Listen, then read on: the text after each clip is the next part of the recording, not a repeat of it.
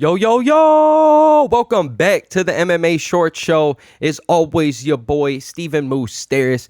And guys, I cannot get over this man, Alex Pereira. What he has done in his short period of time in the UFC is absolutely absurd. And I get it. I've spent so many videos talking about he wouldn't even be in this position if it wasn't for the success of Israel Adesanya. But, I mean, just because Israel Adesanya got him to where he's going to be, you know, with just 2 wins and he's already fighting Izzy in the UFC because Izzy's already ran through everybody, you know, just because Alex Pereira gets that shot because he beat him a couple times in kickboxing before, you know, it doesn't mean that he's going to go out there and win or anything. Like, cool, you got to the dance just so we can get Izzy a fight. But, I mean, it makes me, you know, it reminds me of when Patrick Cummings got signed to the UFC literally just to fight Daniel Cormier, who was about to be the champion at the time. And they signed him just because somebody backed out, and they're like, oh, wait, we need to save this fight. But, oh, yeah, Patrick Cummings, you know, he did beat Daniel Cormier in a wrestling match in, college or high school or whatever. Like, why don't we do it? Why don't we have, they got some bad blood out there, and Patrick Cummings 5-0 or whatever in MMA, and Daniel Cormier went out there and washed him, just made him look terrible, took him down, and then just absolutely beat the crap out of him and knocked him out in the first round. Like, that easily could have happened to Alex Pereira. He even got knocked down at the end of the first. We're like, oh, no, it's over. And he goes out there and does the thing. And sure, Izzy gets that lick back, but then, you know, the thing that's cool about Alex, he goes up and just starts proving to everybody, like, hey, you know what? The first guy I'm going to fight's the guy that you couldn't beat, Izzy. You know, the guy that you went to try to be a double champion on, Jan Blachowicz, and he took you down and just, you know, kind of beat you and just did enough to outpoint you. But I'm going to go out there and beat him and do what you couldn't do. And then, okay, yeah, I know it was a split decision and it wasn't the greatest fight, but I'm going to make everybody forget that. I'm going to go out there and become a double champ. And I'm about to start knocking people out left and right and start taking out the 3-headed monster. They're talking Jiri Prochazka. They're talking Jan Blachowicz. They're talking Jamal Hill. Guess what? I'm going to do all of them dirty. I'm going to knock them all out.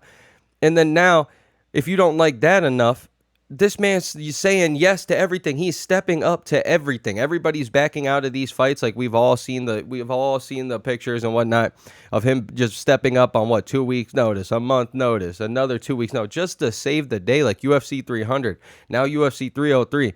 I think the other one was 297 or something like that. And it's like, man, it's insane, and you gotta love it. And he's putting every other fighter to shame right now. Knocks out Jamal Hill after taking a nut shot and had a broken pinky toe. And that's no shot to Conor McGregor, because if you're Alex Pereira, you're like, hey man, I haven't accomplished, as much as Conor McGregor did when it comes to money and everything. So I'm not as set as him.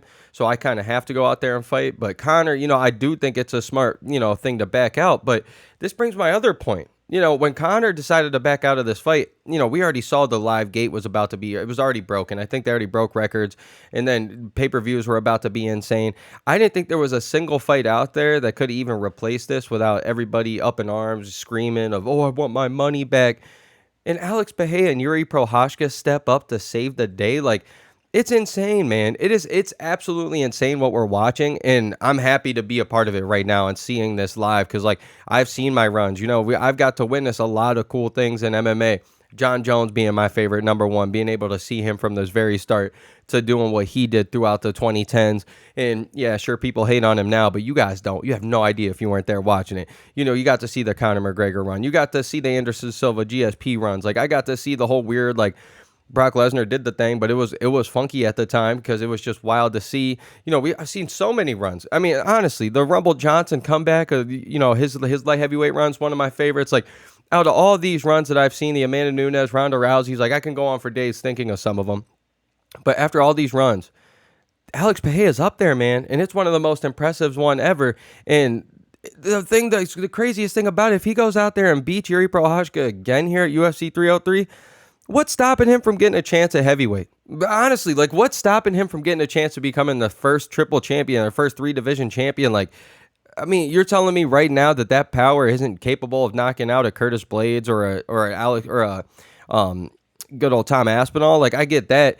I get those guys could probably take him down and make it a very short night. They're way bigger than this dude, but he's got the power. Like, what's stopping? I mean, like, that's why I'm picking Alex Pereira this weekend. Like, how can you go against what he's doing right now? The magic out there. It just seems like everything he's doing, like, when's the last person that we saw can't even speak English out here getting all the love from the United States fans, the American fans, and all this dude says is trauma. It's all he says. He says one word, and he's like, oh my God, I can't get over it. We will never probably see this run again.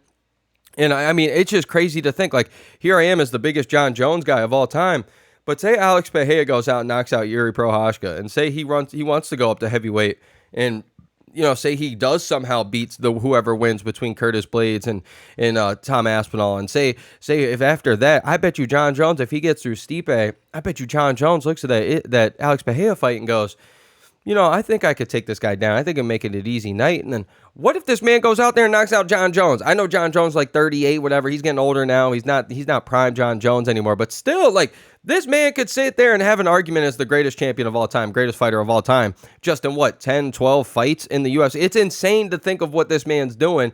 And I was always kind of against it because I had just never seen him fight a champion, or not a champion, but a wrestler. And I've just never seen him get a grappler. It's kind of the craziest, luck of chain events ever, and this man's still doing the thing. Just keep Magomed Ankalaev away from that guy, and let him falter to a Curtis Blades or a Tom Aspinall or a John Jones who can grapple all day and might make him look bad. But hey, you could just say, man, I'm an 85er. What do you mean? I tried 205, worked out well, and then I went up to heavyweight just to test myself. Like, dang, I got outpowered. What a shame. At least I tried. It's insane to think of what this man's doing. And I mean, I'm all for it. I'm rooting for the man. I can't wait to just keep seeing what he can do. I love seeing greatness. I've always loved it. As a kid, seeing Michael Jordan do his thing, and then Kobe do his thing, and Shaq and all these guys, and then LeBron, and then Tom Brady, and all these dudes. All these dudes we can talk about. The Derek Jeters, all these. I want to see these guys. That's why I love John Jones so much. That's why I like Conor McGregor so much. Amanda Nunes, all these people that have pushed the envelope and have done the thing.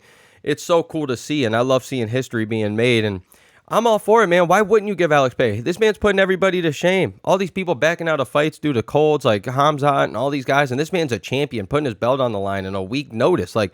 Holy moly, my hat's off to you, man.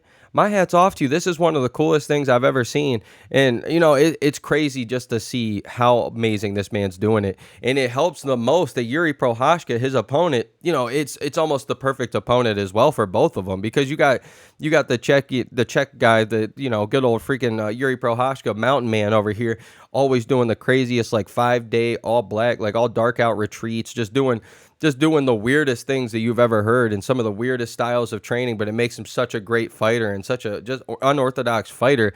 And then you got Alex Pereira, who's always pushing the tribe stuff and always got his, the face paint on. We saw the first stare down. It's one of the most amazing matchups possible. And Jiri goes out and does his thing against Rakic. You got good old, Pereira goes out there and knocks out Hill, some of the wildest things we've ever seen. I'm all for it. And the only reason that I'm really picking Alex Pereira is just it feels like greatness is on his side. Yes, I like that first fight. They both had their moments. But, let's not be funny here. I know Rakic is one of the best, Rakic. I know he's one of the greatest, boxers when it comes to, the heavyweight or light heavyweight division.